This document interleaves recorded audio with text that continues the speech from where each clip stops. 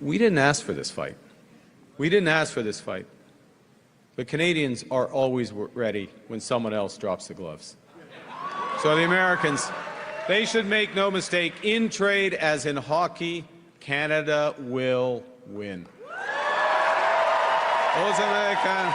Now, to Americans, I say to you, as in hockey, we will win. Mais cette victoire. But that victory won't be easy. We're facing the greatest crisis of our lifetimes. We have to do extraordinary things, and together. We have to build things that we've never imagined we would have to do at a pace we would have never believed possible. And above all, we must place people above money. All right, so today we're going to really zero in on this trade war that seems to be brewing between Canada and the U.S. Yeah. And, kind of what's making it even more interesting is that Canada has a brand new prime minister, Mark Carney. And this is someone who, has a really interesting background.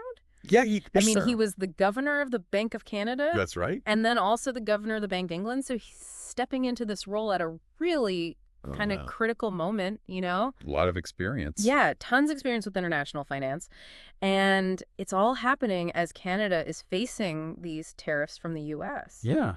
So we've got a bunch of news articles here that we're going to kind of look at and try to understand, what's happening. Yeah, what are the big takeaways here? Yeah, what are the big takeaways and, where could this go? Yeah, and who are the players? Exactly. Right. So let's just jump right in. So the big thing, of course, is this new Prime Minister, Mark Carney.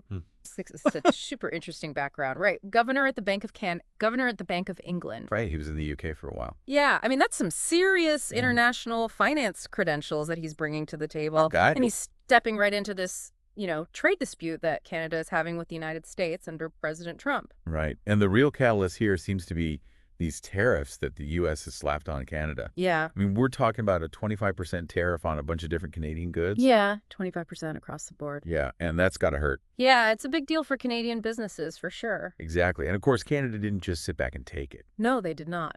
They fired right back with their own 25% tariffs on U.S. goods. Yeah. And we're talking about a lot of goods, too.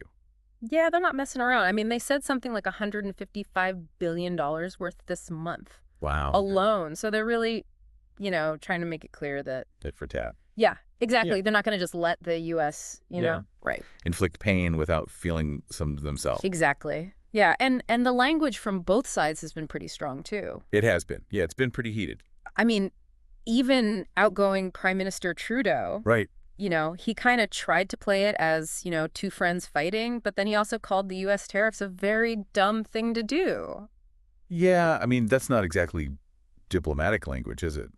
No, not really. Especially between allies. Right, but then Carney came in and really, Yeah, he took the gloves off. Took the gloves off, exactly. He said that Canada could no longer trust the U.S. Yeah, that's a big statement. Which is a pretty big shift, I think, from...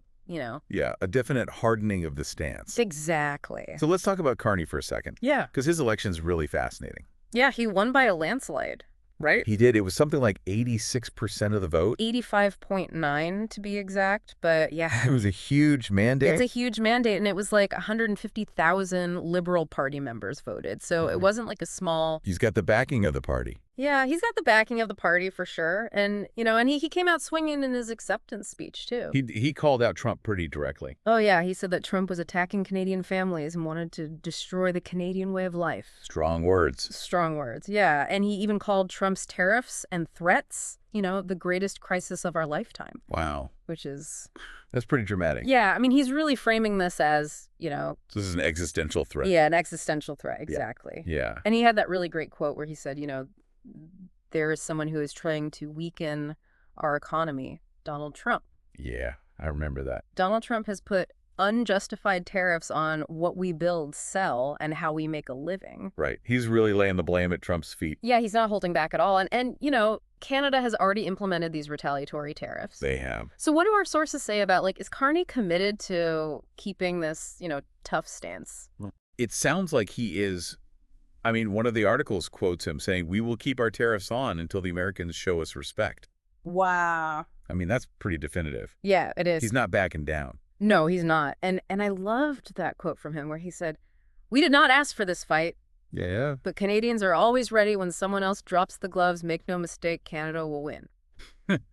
That's fighting talk. Yeah, that's definitely not Trudeau's two friends fighting anymore, right? No, that's a whole different ballgame. Exactly. And it's interesting because he's not just, aiming his rhetoric at Trump. Right. He's also going after the Canadian opposition leader, Pierre Poilievre. Yeah, he really went after him in one of the speeches. He did. He said that Poilievre worships at the altar of Donald Trump. Ouch. So, I mean, he's really trying to, Draw a line in the sand. Yeah, exactly. And it seems like, this whole trade war thing and this kind of, aggression from the U.S. is actually having an impact on Canadian politics.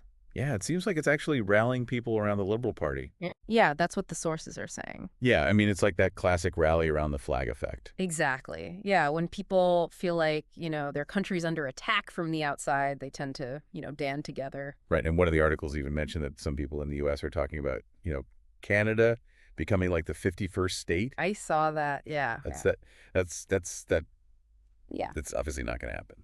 No, but it's the kind of thing that really, Gets people riled up.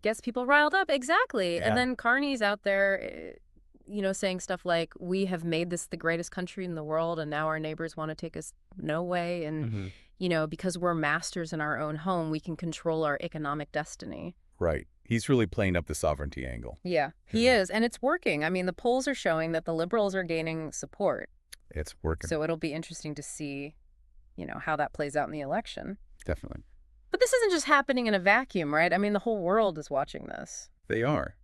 Because this is really a shift in how Western leaders are dealing with Trump. Yeah, I mean, for a long time, everyone was kind of, trying to be diplomatic. Walking on eggshells. Yeah, exactly. But Carney's just like, no, I'm calling him out. Yeah, he's not afraid to be confrontational. No, he's not. And I think a lot of other countries, especially like the UK and the EU. Right, who've also been threatened with tariffs. Yeah, they're all watching this really closely. Yeah, because they want to see how this plays out. Yeah, because if Carney wins this, it could embolden other countries to stand up to Trump as well. Exactly. And that could have huge implications for global trade. Absolutely. And I mean, Carney's whole message is kind of about, Canada being strong. Right. And he keeps saying Canada's strong. And, he's suggesting that Canada can do better on its own. Yeah, without the U.S. Yeah, without the U.S. Yeah. And he's also telling Canadians, we have to look out for ourselves and we have to look out for each other. Right. We need to hold together for the tough days ahead. So he's really trying to foster a sense of unity. Yeah, exactly. And he ends on a really optimistic note.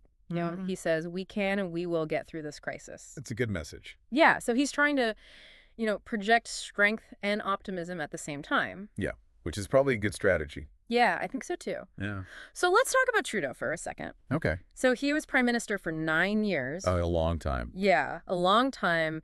And then he decided to step down. Why was that? Well, the articles say that his approval ratings have been dropping. Oh, so he was kind of losing popularity? Yeah, it seems like Yeah, it. that's what created the opportunity for Carney to step in. Right. So it's interesting how, all of this is kind of interconnected. It is. The trade war, Trudeau's declining popularity, and then Carney coming in with this, fresh perspective and this strong mandate. Yeah, it's all happening at the same time. Yeah, and Carney's really made it clear that he thinks his background is, what Canada needs right now. Yeah, he's really emphasized his experience as a central banker. Yeah, he's like, I'm the only person who's ever been the governor of both the Bank of Canada and the Bank of England. Right, like he's uniquely qualified. Yeah, exactly. And his plan seems to be twofold. Okay. So he's going to keep up the retaliatory tariffs. Right, dollar for dollar. Yeah, dollar for dollar. But he's also going to really focus on boosting Canadian investment. Okay, so he's playing offense and defense. Exactly. Yeah, he's been critical of how Canada's economy has been growing under Trudeau. So he wants to take a more proactive approach. Yeah, exactly. He wants to make Canada less reliant on the U.S. Okay, makes sense. And there was one article that mentioned he's particularly interested in investing in, green technology and renewable energy. Interesting. Yeah, so it'll be interesting to see how that all develops. It will. But there's one little wrinkle here. What's that? Well, Carney doesn't actually have a seat in the House of Commons right now. Oh, right. He hasn't been elected to Parliament? Yeah, so technically he can be prime minister without a seat. But that's unusual, right? Yeah, it's very unusual. It's not really how things are done. No, so he's probably going to have to run for a seat pretty soon. Right. Which is just another thing on his plate. On top of everything else. Yeah, on top of everything else. And then on top of that, he's also got to decide when to call a general election. Oh, right. Because he inherited Trudeau's term. Yeah, exactly. So he doesn't have to call an election right away, but he does have to call one by October 20th of this year. So he's got some time, but not a lot of time. No, not a lot of time. And it's a big decision because, if he calls an election too soon, it might look like he's just trying to capitalize on this, surge in popularity. Right. People might think he's being opportunistic. Yeah, exactly. But if he waits too long, maybe that popularity will fade. Right. Or the opposition could gain ground. Exactly. So it's a really tricky calculation. It is. So to kind of sum it all up from what we've seen in these articles, Okay. we've got this brand new prime minister in Canada, Mark Carney, who's stepping into this, really tense trade war with the U.S. Sparked by those tariffs.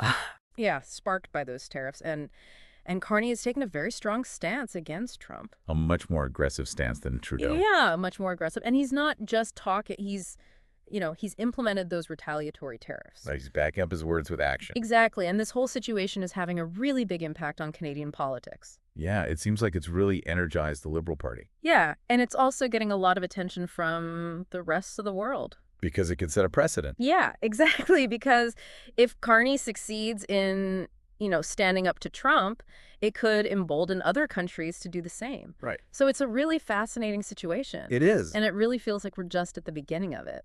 Yeah, the story's just getting started. So here's something for everyone to think about. Okay. How might this trade dispute play out differently because of Carney's background and because of his, very strong personality and his willingness to kind of, be confrontational? Yeah, that's a good question. And what are the potential long-term consequences for the relationship between Canada and the U.S.? I mean, could this, permanently damage the relationship? Yeah. Or